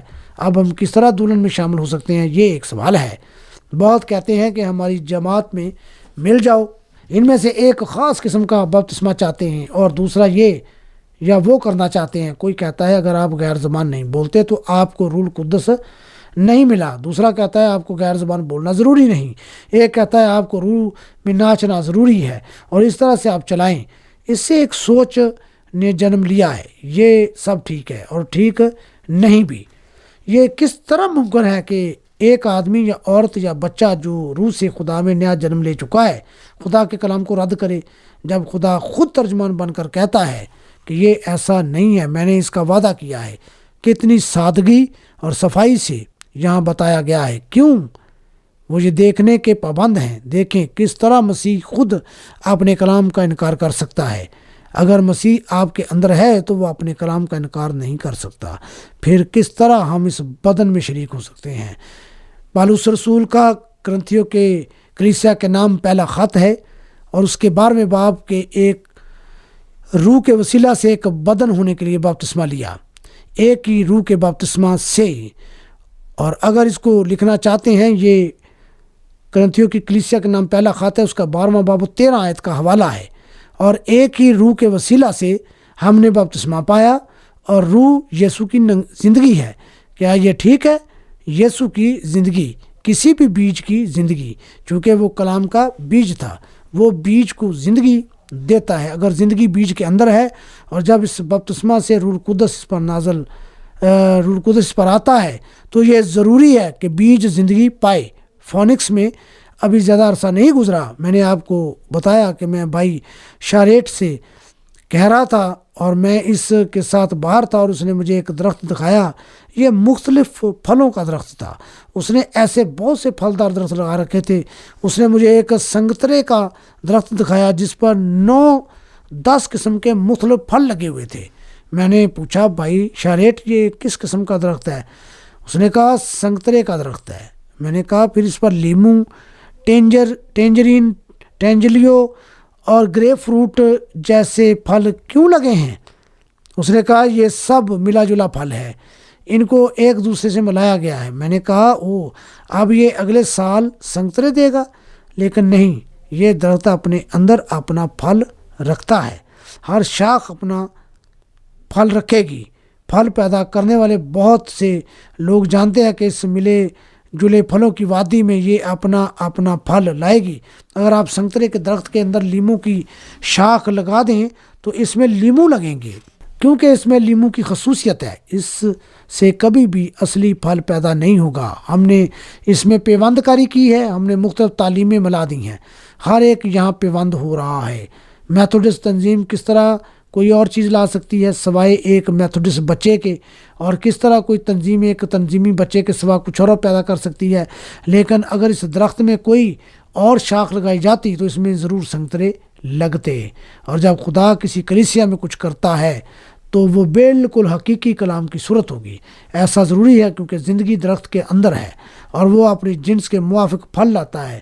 اب جب کہ ہمیں پتہ چل گیا ہے کہ یہ بڑی بڑی کلیسیائیں اپنے زمانہ میں اپنے پھلوں کے ساتھ نیچے آتی رہی ہیں، اور جب شاخ کاٹ ڈالی جاتی ہے یوحنا رسول کی معرفت لکھی گئی انجیل مقدس کے 15ویں باب کی طرح جو ڈالی پھل نہیں لاتی کاٹ ڈالی جاتی ہے۔ وہ اس لیے کاٹی جاتی ہے کہ وہ پھل نہیں لاتی، اور ہم جانتے ہیں کہ یسوع اپنے لیے پھل چاہتا ہے۔ اس کی بیوی ضرور ویسے ہی بچے پیدا کرے جیسے وہ ہے۔ اگر وہ بچے پیدا نہ کرے، دلہن کے بچے کلام کے بچے، تب یہ تنظیمی بچے ہیں، اور اس کی پہلی محبت دنیا اور تنظیم کے لیے ہے، کیونکہ وہ بے وفا ہو گئی ہے، اور وہ حقیقی اصلی نئی پیدائش والے بچے پیدا نہیں کرتی، کیونکہ وہاں ایسا کرنے کے لیے کچھ موجود نہیں ہے۔ جیسے آپ لیمو کی شاخ لے کر کہیں لگا دیں تو اسے لیمو لگیں گے، یہ سنترے نہیں لائے گی، کیونکہ وہاں شروع سے سنترے ہیں ہی نہیں۔ یہ ابتدا سے مقرر کیا جا چکا تھا۔ خدا کے علم سابق نے اسے پہلے سے مقرر کیا اور پیدا کیا، اس لیے اسے سنترے ہی پیدا کرنے ہیں۔ یہ کچھ اور پیدا نہیں کر سکتی۔ یہی کچھ خدا کی زندہ کلیسیا کے ساتھ ہے۔ جب وہ آ جاتا ہے اور آپ خدا کو کچھ شروع کرنے دیتے ہیں تو ہر کوئی گیند لے کر چلا جاتا ہے۔ دیکھیں، یہ ہمیشہ ایسا ہی ہے۔ زیادہ عرصہ نہیں ہوا میں مارٹن لوتھر کی تواریخ پڑھ رہا تھا۔ اس نے کہا یہ مان لینا مشکل نہ تھا کہ مارٹن لوتھر کیتھولک کلیسیا کے خلاف احتجاج پر قائم رہ سکتا تھا، لیکن عجیب معاملہ یہ تھا کہ تمام ٹھٹھا بازوں کے ہوتے ہوئے بھی اس نے اپنا سر بلند رکھا اور اپنے تقدیس کے پیغام پر قائم رہا۔ دیکھے، ہر چیز گرتی ہوئی محسوس ہوتی ہے۔ مسز سیمپل مکفرسن، ایمی سیمپل مکفرسن نے اپنا مقدس بنا رکھا ہے۔ ہر مناد عورت نے اسی طرح بائبل کو سنبھال لیا ہے، جو کہ دنیا داری کا طریقہ کار ہے۔ یہ اصلی نہیں ہو سکتا۔ اسی طرح کلیسیاں بھی نہیں ہو سکتی۔ اگر کسی کلیسیا کے پاس کوئی چیز آ جائے تو دوسری کلیسیا اسی شہر میں قائم نہیں رہ سکتی جب تک وہ بھی اسی چیز کو حاصل نہ کرے۔ دیکھیں، وہ اب اصلی نہیں رہے۔ خدا کا کلام اصلی ہے۔ یہ کلام ہے، اس کو وقت معین پر خدا باپ کے ارادے کے مطابق پہلے سے مقرر کیے ہوں کو لانا ہے۔ اب ایسی کلیسیا میں ہم کس طرح شامل ہو سکتے ہیں؟ اس بدن میں شامل ہونے کے لیے ہم سب نے ایک ہی روح کا بپتسمہ لیا ہے۔ مسیح کا بدن جو اس کی دلہن ہے کلام ہے، جسے روح نے بپتسمہ دیا ہے۔ آئیے غور کریں کہ ہم آخری زمانہ میں ہیں یا نہیں۔ اب ہم پیدائش کی کتاب کے 5ویں باب میں دیکھیں گے۔ آپ لوکا کی انجیل میں بھی دیکھ سکتے ہیں۔ ہنوک آدم سے 7ویں پشت میں تھا۔ یہاں سانپ کی نسل کی نشاندہی ہوتی ہے۔ اگر قائن آدم کا بیٹا ہوتا تو ہنوک کو 8ویں پشت میں ہونا چاہیے۔ دیکھیں، بائبل میں کہیں بھی یہ نہیں کہا گیا کہ قائن آدم کا بیٹا تھا، کیونکہ بائبل کہتی ہے وہ اس شریر سے تھا اور آدم شریر نہیں تھا۔ دیکھیں، وہ یعنی قائن شریر سے تھا۔ ہم نے دیکھا کہ ہنوک آدم سے 7ویں پشت میں تھا، جو کلیسیا زمانہ کو ظاہر کرتا ہے۔ اس سے پہلے 6 آدمی سب کے سب مر گئے۔ ہنوک زندہ آسمان پر اٹھایا گیا، وہ تبدیل ہو گیا، اور 7 اسبات کی تمثیل ہے کہ آسمان پر اٹھایا گیا، وہ تبدیل ہو گیا، اور 7 اس بات کی تمثیل ہے کہ 7ویں کلیسیا اٹھائی جائے گی۔ اس میں کوئی شک نہیں کہ ہم 7ویں کلیسیا کے زمانہ میں، ہم سب یہ جانتے ہیں کہ یہ 7ویں کلیسیا ہے جو اٹھائی جائے گی۔ پہلی 6 مر گئی، ہنوک اٹھا لیا گیا، وہ غائب ہو گیا کیونکہ خدا نے اسے لے لیا تھا۔ وہ ان سب کا سال تھا جو مر رہے تھے، لیکن آخری وقت دلہن کو اٹھائے جانے کے لیے بغیر موت کے بلایا جائے گا۔ وہ 7ویں کلیسیا میں سے نکل جائے گی، جس زمانہ کی اب ہم گواہی دے رہے ہیں۔ آئیے اب زیادہ گہری حقیقت میں جائیں۔ یہاں مکاشفہ 10 باب کی 7ویں آیت میں بھی 7ویں کلیسیا کا ایک سال ہے جس پر کتاب کا عظیم بھید کھولا جائے گا۔ 7ویں فرشتہ کے پیغام کے مطابق زمینی پیغمبروں کے اوپر بھی ایک پیغمبر ہے۔ انگریزی کے لفظ فرشتے کا مطلب پیغمبر ہے، اور 7ویں فرشتہ کے پیغام کے سبب جب وہ اپنی خدمت کا دعویٰ کرے گا، اور جب وہ اپنی خدمت کا آغاز کرے گا، اس کے آغاز کے ساتھ یہی نہیں، جب یسوع نے خدمت شروع کی تو اس نے بیماروں اور اکثر اندھوں کو اچھا کیا، اور وہ ایک عظیم ربی ہے، اور سب نے اس نبی کو اپنی کلیسیا میں لانا چاہا ہے۔ لیکن ایک دن اس نے ان کے ساتھ بیٹھ کر کہا، میں اور میرا باپ ایک ہیں۔ یہ مختلف تھا، اور یہ بھی کہا، جب تک ابن آدم کا گوشت نہیں کھاتے اور اس کا خون نہیں پیتے تم میں زندگی نہیں۔ وہ کیوں ان کے لیے دعا کرتا تھا؟ دیکھیں یہ مختلف تھا، اس نے اس کی وضاحت نہیں کی، انہوں نے اس کا ظہور دیکھ لیا تھا، وہ خدا کا منکشف کلام تھا، اس نے اس حقیقت کو ان پر آشکارا کر دیا کہ وہ اس زمانے کا پیغمبر ہے اور اسے کچھ بیان کرنے کی ضرورت نہ تھی، وہ شاگرد شاید بیان کرنے کے لائق نہ تھے، مگر انہوں نے اس کا یقین کیا۔ وہ بیان تو شاید نہ کر سکتے مگر وہ بالکل سچائی سے یقین رکھتے تھے۔ وہ کیسے بتا سکتے تھے؟ وہ اس کا گوشت کھانا اور خون پینا چاہ رہے تھے کیونکہ ان کے لیے ایسا کرنا ممکن نہ تھا، لیکن انہوں نے اس کا یقین کیا کیونکہ وہ پہلے سے مقرر ہوئے تھے۔ یسوع نے کہا اس نے بنائے عالم سے بہترین کو چنا تھا۔ دیکھیے چاہے وہ اس پر یقین کرتے تھے، شاید وہ اس پر یقین کر سکتے تھے یا نہیں، مگر انہوں نے یقین رکھا۔ اب غور کریں، 7ویں کلیسیا کے زمانہ میں جب 7واں فرشتہ نرسنگا پھونکنا شروع کرے گا تو خدا کے پوشیدہ بھید اس وقت ظاہر ہوں گے۔ اصلاح کے وقت موریں نہ کھولی گئیں، ان کا وقت مقرر تھا۔ لوتھر زیادہ دیر تک زندہ نہ رہا، نہ ہی ویزلی زیادہ طویل نہ تھا۔ اصلاح کاروں کے پاس وقت کا پیغام تھا، لوگوں نے ایسے لیا اور تنظیم بنا لی۔ یہ کیا تھا؟ آپ فطرت کو شکست نہیں دے سکتے، فطرت ہمیشہ گواہ ہے، خدا فطرت کے ساتھ لگاؤ رکھتا ہے، ایسا ضروری ہے۔ سورج صبح کے وقت نکلتا ہے، یہ ایک چھوٹے بچے کی مانند ہے جو پیدا ہوتا ہے اور کمزور ہوتا ہے، اس کے اندر گرمی کم ہوتی ہے۔ 10 بجے کے قریب جب آدھا دن گزر جاتا ہے اس کے اندر زندگی داخل ہوتی ہے۔ 3 بجے بعد دوپہر یہ بڑھاپے کی طرف بڑھتا ہے اور 5 بجے قریب المرگ ہو جاتا ہے، بوڑھا اور کمزور قبر کی طرف واپس۔ کیا یہ اس کا اختتام ہے؟ یہ دوسری دفعہ پھر طلوع ہوتا ہے۔ آپ نے درختوں کو دیکھا ہے وہ کس طرح اپنے پتے لاتے ہیں، وہ ہر کام کرتے ہیں۔ ہم جانتے ہیں کہ درختوں کے پتے جھڑ جاتے ہیں اور وہ ہر کام کرتے ہیں۔ ہم جانتے ہیں کہ درختوں کے پتے جھڑ جاتے ہیں، زندگی دوبارہ درختوں کے تنوں میں چلی جاتی ہے۔ کیا یہ اس کا اختتام ہے؟ دوسری موسم بہار میں وہ نئی زندگی لے کر آتا ہے۔ اب کلیسیاؤں کو دیکھیں کس طرح اسی طریقہ سے انہوں نے اصلاح کی۔ وہ اوپر آئے، گندم کا دانہ تاریک دور میں زمین میں گر کر مر جاتا ہے، اسے مرنا ہی ہے کیونکہ وہ زمین کے اندر ہے۔ کوئی بھی روحانی آدمی یہ جانتا ہے کہ جب بیج مرتا نہیں بلکہ وہ اکیلا رہتا ہے اور اسے زمین کے اندر تاریک زمانہ تک پڑے رہنا پڑتا ہے۔ وہ وہاں پڑا رہا، گل گیا اور لوتھر کی کلیسیا کی طرح 2 چھوٹی چھوٹی پتیاں لے کر نکلا۔ لوتھر کی کلیسیا زیادہ پتیاں لے کر آئی، زونگلی اور کچھ اور تنا لے کر آئے۔ جان ویزلی زمانہ کا عظیم مشنری تھا، وہ گراوٹ کے سبب دھوکہ دینے کے زمانہ میں داخل ہوا، پھر پینتیکاسٹل زمانہ، پھر گندم کا زمانہ۔ اگر یہاں کوئی ہے جو گندم پیدا کر سکتا ہے، جب آپ اس گندم کو دیکھتے ہیں، جب آپ اس پر نگاہ کرتے ہیں، جب آپ باہر جاتے ہیں اور کہتے ہیں کہ مجھے گندم مل گئی ہے، تو ابھی تک آپ کو کوئی گندم نہیں مل سکتی، لیکن دیکھتے ہیں کہ آپ اس کا اندازہ لگا لیتے ہیں کہ آپ کو گندم مل گئی ہے، آپ کو بھوسی ملی ہے۔ یسوع نے متی رسول کی معرفت لکھی گئی انجیل مقدس کے 24 باب اس کی 22 تا 24 آیت میں فرمایا ہے کہ آخری دنوں میں روحیں آپس میں اس قدر ملتی جلتی ہوں گی کہ اگر ممکن ہو تو حقیقی گندم کو گمراہ کر دیں۔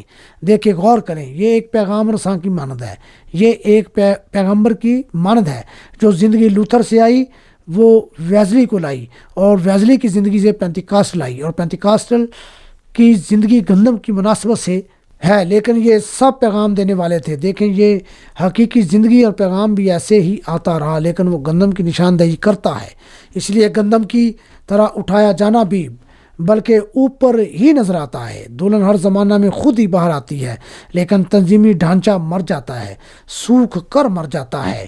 کیا آپ نے غور کیا کہ یہ کس طرح اپنے آپ کو الگ کر رہا ہے؟ جب گندم بڑھنا شروع ہوتی ہے تو بھوسا اس سے ہٹنا شروع ہو جاتا ہے۔ جب آپ پھر اس گندم کو دیکھنا شروع کرتے ہیں اور اس خول کو جب آپ کھول کر دیکھتے ہیں تو آپ کو گندم کی چھوٹی سی کلی نظر آتی ہے۔ آپ کو اس کلی کے دیکھنے کے لیے 30 پاور کی خوردبین کی ضرورت ہے، لیکن وہ وہاں موجود ہے اور یہ بڑھنا شروع کرتی ہے، اور وہ بھوسی اس کی حفاظت کے لیے ہے تاکہ اسے باہر نکلنے کا موقع مل سکے۔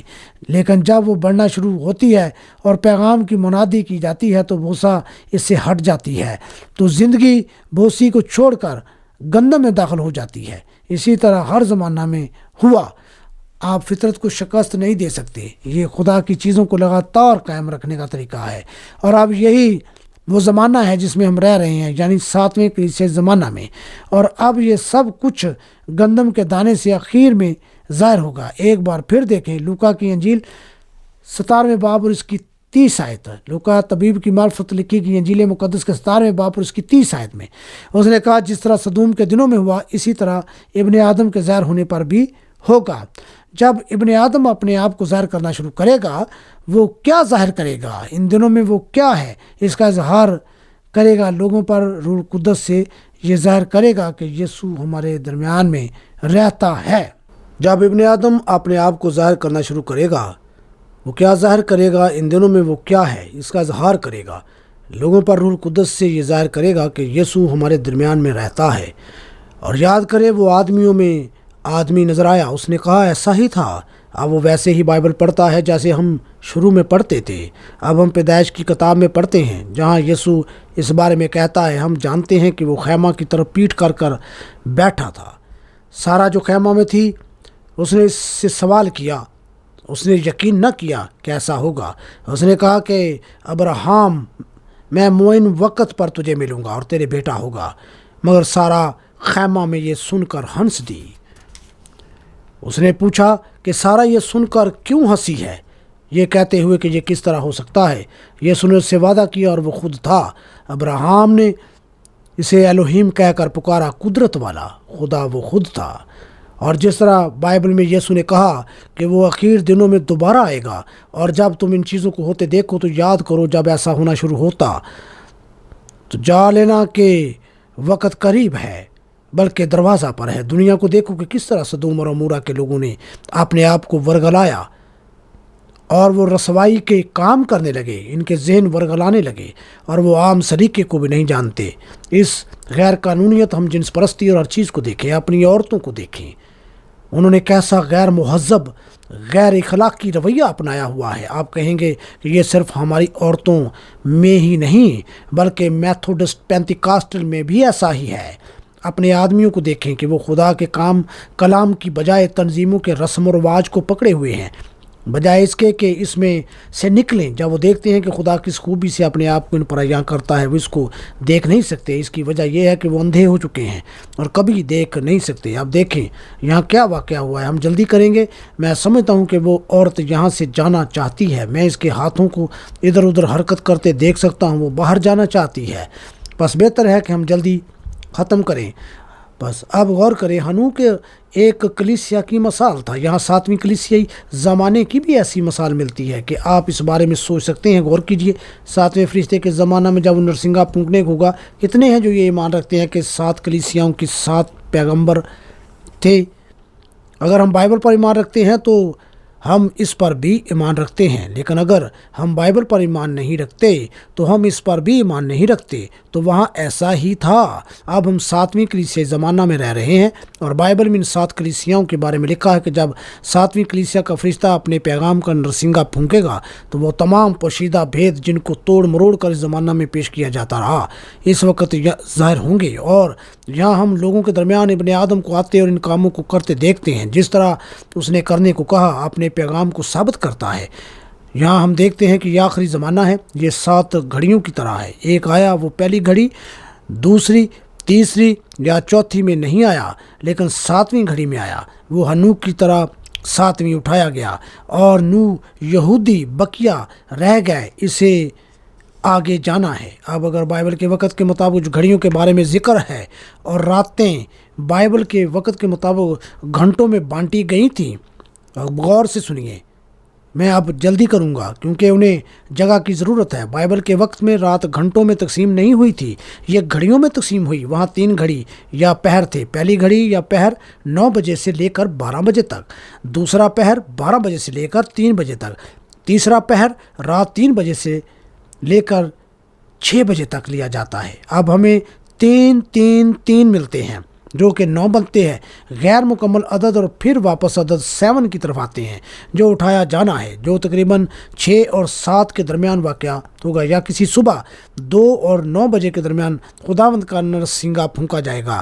ایسی صبح جو صاف اور شفاف ہوگی، اور وہ یہ بیج ہے کہ جو مسیح میں موئے جی اٹھیں گے اور اس کی قیامت کے جلال میں شامل ہوں گے۔ جب اس کے چنے ہوئے آسمان کے اوپر اپنے گھروں میں اکٹھے ہوں گے تو جب نام پکارے جائیں گے میں بھی وہاں ہوں گا۔ لفظ اٹھایا جانا بائبل میں کسی بھی جگہ استعمال نہیں ہوا، ہم نے اس لفظ کو یہاں استعمال کیا ہے۔ بائبل میں لفظ پکڑ لینا ہے جو پہلا تسلنیکیوں کا خط ہے 4 باب اور اس کی 13ویں آیت میں اس عظیم واقعہ کا اٹھائے جانا آخری دنوں میں وقوع پذیر ہوگا۔ ہم 13 آیت سے شروع کریں گے۔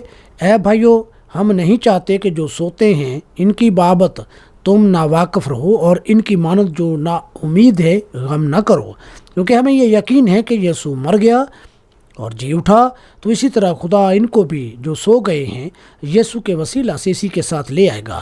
چنانچہ ہم تم سے خداوند کے کلام کے مطابق کہتے ہیں کہ ہم جو زندہ ہیں اور خداوند کے آنے تک باقی رہیں گے سوئے ہوں سے ہرگز آگے نہ بڑھیں گے۔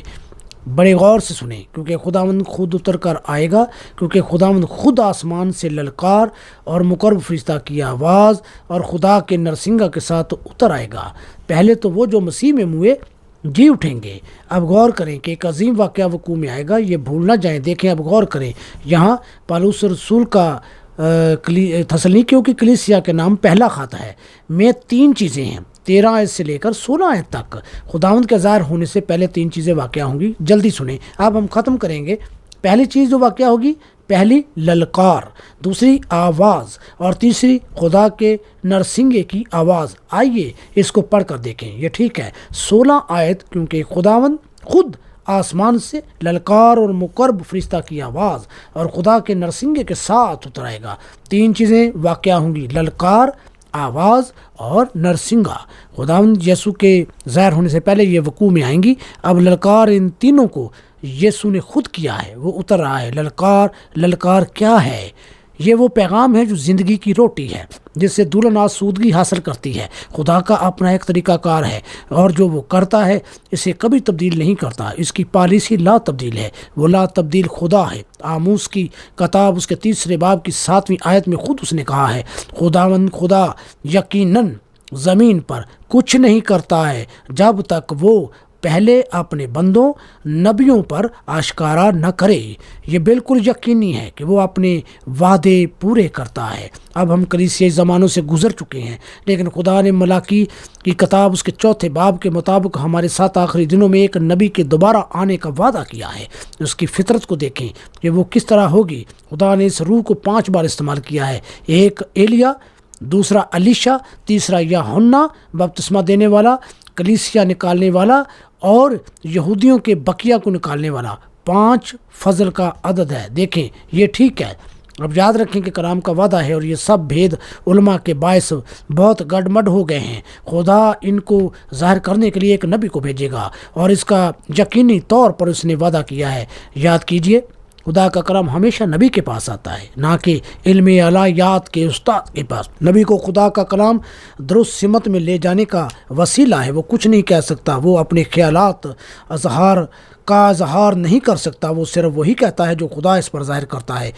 بلک نے بلعام کو جب خریدنا چاہا تو اس نے اپنا حق بچایا۔ اس نے کہا کوئی نبی اس وقت تک کچھ نہیں کہہ سکتا جب تک خدا اس کے منہ میں کچھ نہ ڈالے، کیونکہ یہ وہ چیز ہے کہ جب تک خدا نہ کہے آپ کچھ نہیں کہہ سکتے ہیں۔ نہیں، آپ کوئی ایسی بات نہیں کہہ سکتے ہیں، اور اگر آپ کہتے ہیں تو آپ اپنی آنکھیں کھول نہیں سکتے۔ آپ کی رسائی سچائی کو دیکھتے ہوئے ایسا نہیں کر سکتی۔ دیکھیے، آپ انسان ہوتے ہوئے ایک کتا نہیں بن سکتے، کیونکہ آپ انسان ہیں۔ خداوند نے آپ کو ایک انسان بنایا۔ خدا نے ہر زمانہ میں ہمیشہ، یعنی یسایہ کے زمانہ میں، یرمیہ کے زمانہ میں، ایلیا کے زمانہ میں ان کے ساتھ رہا، اور جب اس کی متعلقہ تنظیموں نے سب کچھ گڑمڑ کر دیا، وہ ایک نبی کو بھیجے گا، وہ اسے کہیں سے لے آئے گا، اس کا کسی ایسی جماعت سے کوئی تعلق نہ ہوگا، وہ اس کا کلام سنائے گا اور وہ منظر سے ہٹ جائے گا، وہ خدا کی سچائی سے ملبس انسان ہوگا، یہی ہمیشہ ہوا ہے، یہی وہ راستہ ہے۔ اس نے کہا اگر آپ میں کوئی روحانی آدمی یا نبی ہو، اب ایک نبی کے پاس کلیسیا میں نبوت کی نعمت ہے اور ایک نبی پہلے سے مقرر اور اس وقت کے لیے مسا ہوتا ہے، دیکھیں ہاں جناب، اور اگر نبوت ہے تو 3 یا 4 اس کی تصدیق کریں گے، وہ درست ہے یا نہیں۔ کلیسیا اسے قبول کر سکتی ہے۔ کوئی نبی کے سامنے بیٹھتا نہیں کیونکہ وہ خدا کا کلام تھا، وہ اس زمانہ کا کلام تھا، وہ خدا کے کلام کو درست راہ پر لانے والا تھا۔ اگر خدا نے آخر دنوں میں دوبارہ نبی کو بھیجنے کا وعدہ کیا ہے تاکہ دلہن کو علم الہیات کے گروپ کی بندش سے آزاد کر دے، تو یہی وہ ایک ایسا طریقہ ہے، ورنہ اس کے بغیر کلیسیا مسیح کو قبول نہیں کر سکتی۔ پینتیکاسٹل کلیسیا جس حالت میں ہے ان تک یہ پیغام نہیں لے جایا جا سکتا۔ اس آخری وقت میں آج کل کے حالات میں ہم ان تک کیسے لے جا سکتے ہیں جبکہ وہ ایک دوسرے کے خلاف ہے؟ علم الہیات کے مطابق اور رحم یہ سب غلط ہیں، اس سے تنظیمیں بن گئی ہیں۔ اور جب کبھی میں کسی تاریخ دان یا مورخ سے کچھ مختلف سنتا ہوں، ہر وقت جب پیغام اس زمین پر سنایا گیا اور جب انہوں نے تنظیم بنا لی تو وہ وہاں ہی مر گیا، اور پینتیکاسٹل نے بھی ایسا ہی کیا جیسے وہ سب پینتیکاسٹل نکلے۔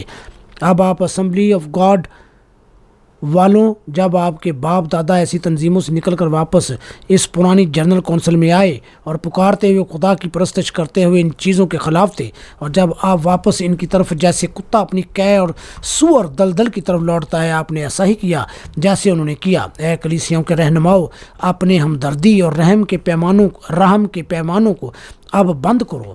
آپ کو ان کے ساتھ رفاقت کرنے کے لیے ملاقاتی کارڈ کی ضرورت ہے، اور آپ وحدانیت والوں کو بھی خدا نے ایک پیغام دیا ہے، اور اس کے ماننے والے اور حلیم ہو کر آگے بڑھنے کی بجائے آپ نے اس سے ہٹ کر ایک تنظیم یا گروپ بنا لیا ہے۔ اب آپ بھی اسی ٹوکری میں ہیں۔ یہ بالکل ٹھیک ہے، خدا کی روح کام کر رہی ہے، میں خدا پودا لگاؤں گا اور اسے دن رات پانی دیا کروں گا، شاید کوئی اگ جائے۔ اس نے ان چیزوں کو واقع ہونے کے لیے مقرر کیا، اور وہ ایسا ضرور کرے گا۔ جب وہ آسمان سے نیچے اترے گا تو پہلی چیز جو واقع ہوگی وہ للکار ہے۔ یہ کیا ہے؟ یہ لوگوں کو اکٹھا کرنے کا پیغام ہے۔ پہلے پیغام آتا ہے، اب دیے یا مشل درست کرنے کا وقت ہے، اٹھو اور اپنی مشلیں درست کرو۔ وہ کون سا پہر تھا؟ 7واں، چھٹا نہیں 7واں۔ اٹھو، دولہا آ گیا ہے، اپنی مشلیں درست کرو۔ اور انہوں نے کیا، اور بعض کے پاس تو کپیوں میں تیل بھی نہیں تھا۔ یہ مشلیں درست کرنے کا وقت ہے۔ یہ ملاکی نبی کی کتاب اس کے 4 باب کا وقت ہے۔ لوکا طبیب کی معرفت لکھی گئی انجیل مقدس 17ویں باب، اور یسایہ نبی کا وقت ہے۔ کلام میں یہ پیشین گوئیاں وقت کے مطابق آج کے دن کے لیے لکھی گئی ہیں۔ ہم ان کو یہاں پورا ہوتے ہوئے دیکھ رہے ہیں۔ میرے پیارے بھائیوں اور بہنوں، جب آپ چیزوں کو واقع ہوتے ہوئے دیکھتے ہو تو آسمان کا خدا جانتا ہے کہ میں بھی اس پلیٹ فارم پر مر جاؤں گا۔ یہ کتنا عظیم ہے، آپ کو صرف ارد گرد چلنا ہے۔ اور جب آپ خدا کو آسمان سے آتا اور آدمیوں کے گروہ کے سامنے کھڑا ہوتے دیکھیں گے، اور وہاں کھڑا ہو کر اپنے آپ کو ویسا ہی ظاہر کرتا ہے جیسا وہ کرتا ہے۔ یہ حقیقت ہے، دیکھیں کہ یہ بائبل کی صداقت ہے۔ ہم یہاں ہیں اور تنظیمی نظام مردہ ہو گیا ہے، یہ ختم ہو چکا ہے اور اب دوبارہ نہیں اٹھے گا، یہ جلایا جائے گا۔ یہی آپ پھل کے باہر والے غلاف کے ساتھ کرتے ہیں۔ اس سے ہٹ جائیں اور مسیح میں شامل ہو جائیں۔ یہ نہ کہیں کہ میں میتھوڈسٹ ہوں، میں بیپٹسٹ ہوں، یا میں پینتیکاسٹل ہوں۔ آپ مسیح میں شامل ہوں، اور اگر آپ مسیح میں ہیں تو یقین رکھنے کے علاوہ کوئی اور الفاظ یہاں نہیں لکھا گیا۔ مجھے اس کی کچھ پرواہ نہیں کہ کوئی کیا کہتا ہے۔ جب خدا اس چیز کو ظاہر کرتا ہے، آپ جانتے ہیں، جب وہ اپنی روح کلام پر ڈالتا تو کیا ہوتا ہے؟ یہ بالکل کسی بیج پر پانی ڈالنے کی مانند ہے۔ وہ اگتا ہے اور اپنی جنس کے مطابق پھل لاتا ہے۔ آپ کہتے ہیں کہ مجھے روح القدس کا بپتسمہ مل گیا ہے، اس کا یہ مطلب نہیں کہ آپ نجات پا گئے ہیں۔ لمبے راستوں سے نہ دیکھیں، آپ ایک نہیں 3 کی مانند ہے۔ آپ میں 3 چیزیں ہیں، روح، بدن اور جان۔ اس جسم کے احساس کے لیے ان کے اندر 5 حواس ہیں تاکہ اس زمینی گھر سے رابطہ قائم ہو۔ جہاں آپ کو روح کے 5 حواس ملیں گے، پیارا، برے بھلے میں تمیز، اور ایسے ہی جہاں آپ رہتے ہیں وہ آپ کی نشاندہی ہے کہ آپ کیا ہیں۔ کیا یسوع نے نہیں فرمایا کہ بارش برے اور بھلے دونوں پر پڑتی ہے؟ ایک اصلی پودے کو گندم کے پودے کے ساتھ رکھ کر دونوں کو پانی اور کھاد اور دوسری چیزیں دیتے رہیں، کیا یہ دونوں اس پانی سے زندہ نہ رہیں گے؟ یقیناً، لیکن ان میں سے ایک اپنی جنس کے مطابق پھل لائے گا، کیونکہ وہ ایسا ہی ہے وہ بھی اپنے ہاتھ اٹھا کر گندم کی طرح للکارے گا۔ کیا بائبل میں نہیں لکھا کہ آخری دنوں میں جھوٹے مسیح آئیں گے؟ جھوٹے یسوع نہیں بلکہ جھوٹے مسیح، کلام کے جھوٹے مسیح کے ساتھ، تنظیمی مسیح کے ساتھ، نہ کہ کلام کے سچے مسیح کے ساتھ، کیونکہ کلام اپنی صداقت خود ظاہر کرتا ہے، اسے کسی چیز کی ضرورت نہیں۔ یہ آپ کی اپنی سچائی ہے، اور جھوٹے نبی اٹھ کھڑے ہوں گے۔ آپ کے پاس اس پر میری ٹیپ موجود ہوگی، اور اس مسیح شدہ کو اگر آپ بلا کر کہیں کہ کیا آپ یسوع ہیں، تو یقیناً وہ ایسا نہیں کہیں گے۔ لیکن جب یہ کسی درست آدمی پر آتا ہے اور وہ کہتا ہے او خدا کا شکر ہو کہ مجھے مسیح مل گیا ہے، اور یہ حقیقی مسیح ہے۔ یاد رکھیں کہ کائفہ کو بھی مسیح ملا اور اس نے پیشین گوئی کی، لیکن اس کے اندرونی حصہ پر کوئی اثر نہیں تھا جب تک خدا کا بیج وہاں موجود نہ ہو۔ اگر آپ پہلے سے اس کا جراثیم وہاں موجود نہ ہوتا تو آپ ختم ہو چکے ہوتے۔ مجھے اس کی پرواہ نہیں کہ آپ کتنا شور مچاتے ہیں اور غیر زبانوں میں بولتے ہیں، ڈرتے اور للکارتے ہیں، اس سے کوئی واسطہ نہیں۔ ایک غیر مسیح شدہ ویسے ہی کام کر سکتا ہے جیسے کوئی مسیح شدہ۔ میں نے کئی بت پرستوں کو غیر زبانوں میں بولتے دیکھا ہے، وہ انسانی جسموں سے خون پیتے اور شیطان کو پکارتے ہیں۔ دیکھیں، آپ ایسے احساسات کو بھول جائیں، آپ کا دل اس کلام پر ہے، وہ مسیح ہے۔ یہ آپ اپنے آپ کو دوسرے بیج کی طرح اگ کر اس زمانہ میں جہاں وہ رہ رہے ہیں اظہار کرتا ہے۔ لوتھرن کے سوا اور کچھ نہ لا سکا، اور دوسری چیزیں لا سکے۔ ہم گندم کے زمانہ میں ہیں۔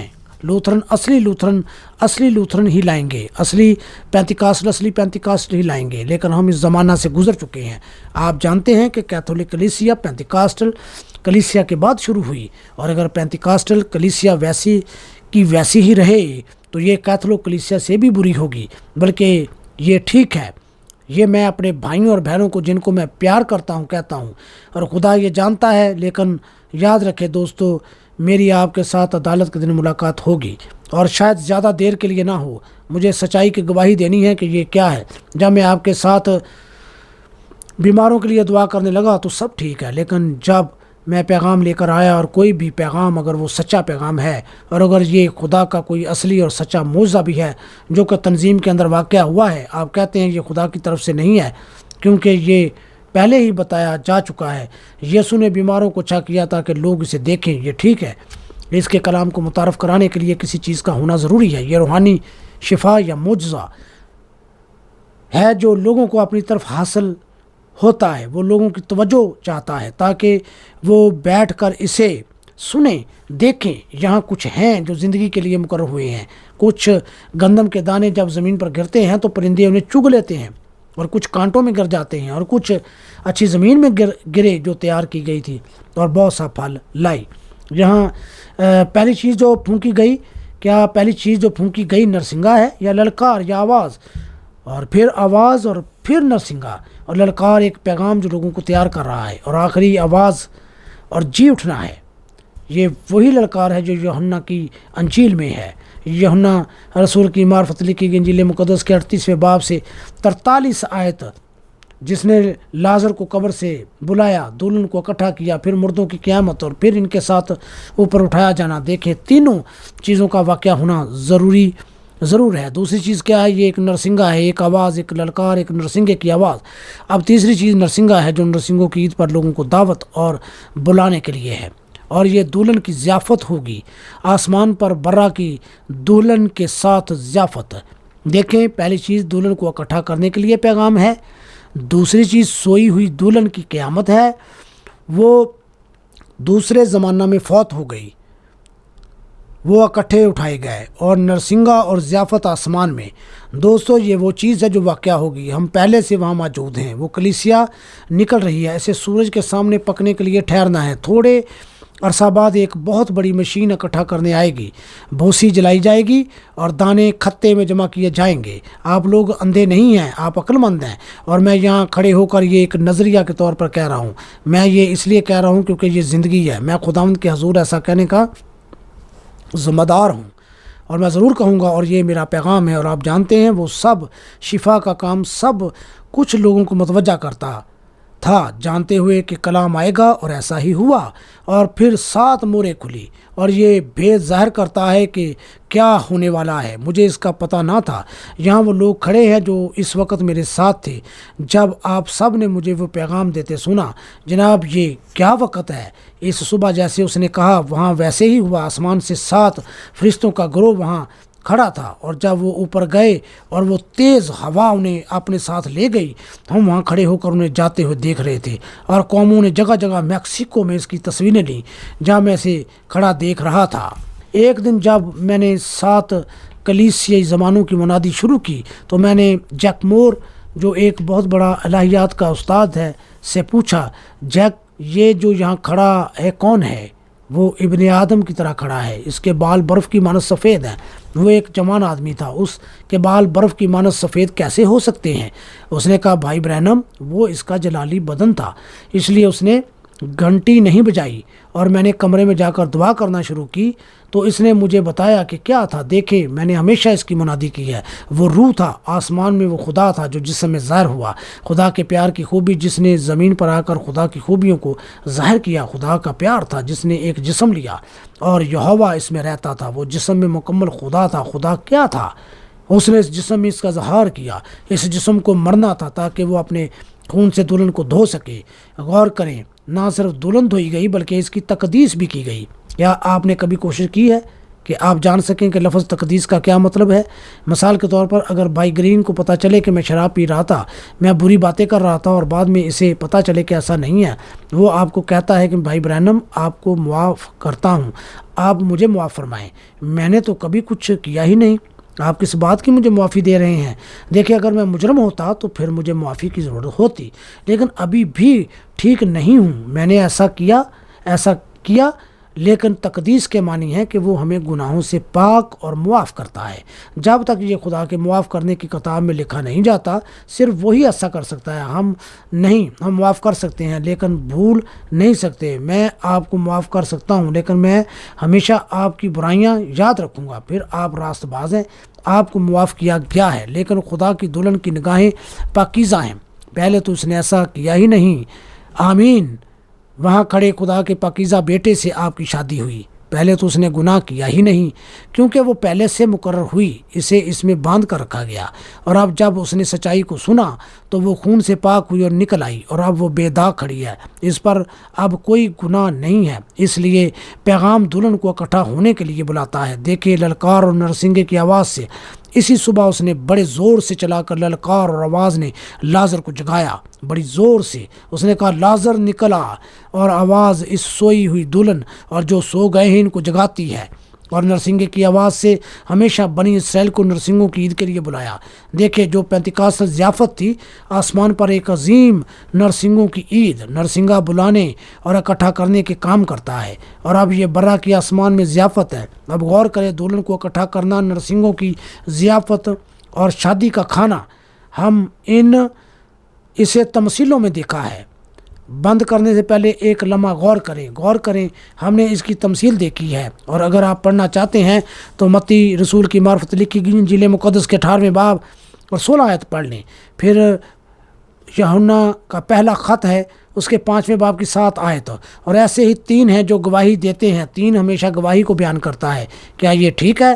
یہ اس کی درست ہونے کی تصدیق ہے کہ جو کہا گیا ہے ٹھیک ہے۔ 3 گواہ ہوتے ہیں، اور 2 یا 3 گواہوں کے باعث کلام کو قائم رکھو۔ اب غور کریں، ہمارے پاس 3 گواہ ہیں، 3 گواہیاں ہیں۔ آپ پہلے ہی 3 بار پرانے عہد نامے میں اٹھائے گئے ہیں۔ کیا آپ جانتے ہیں ایک گواہ کے طور پر؟ غور کریں، ہنوک ایک گواہ، ایلیا دوسرا گواہ، اور یسوع تیسرا گواہ۔ یسوع چونکہ کونے کے سرے کا پتھر ہے، وہ گواہ ہے۔ دیکھیں وہ پہلے یا پرانے عہد نامہ اور نئے عہد نامہ کے کونے کا پتھر تھا، کیونکہ پہلے اسے مرنا اور پھر اٹھایا جانا تھا۔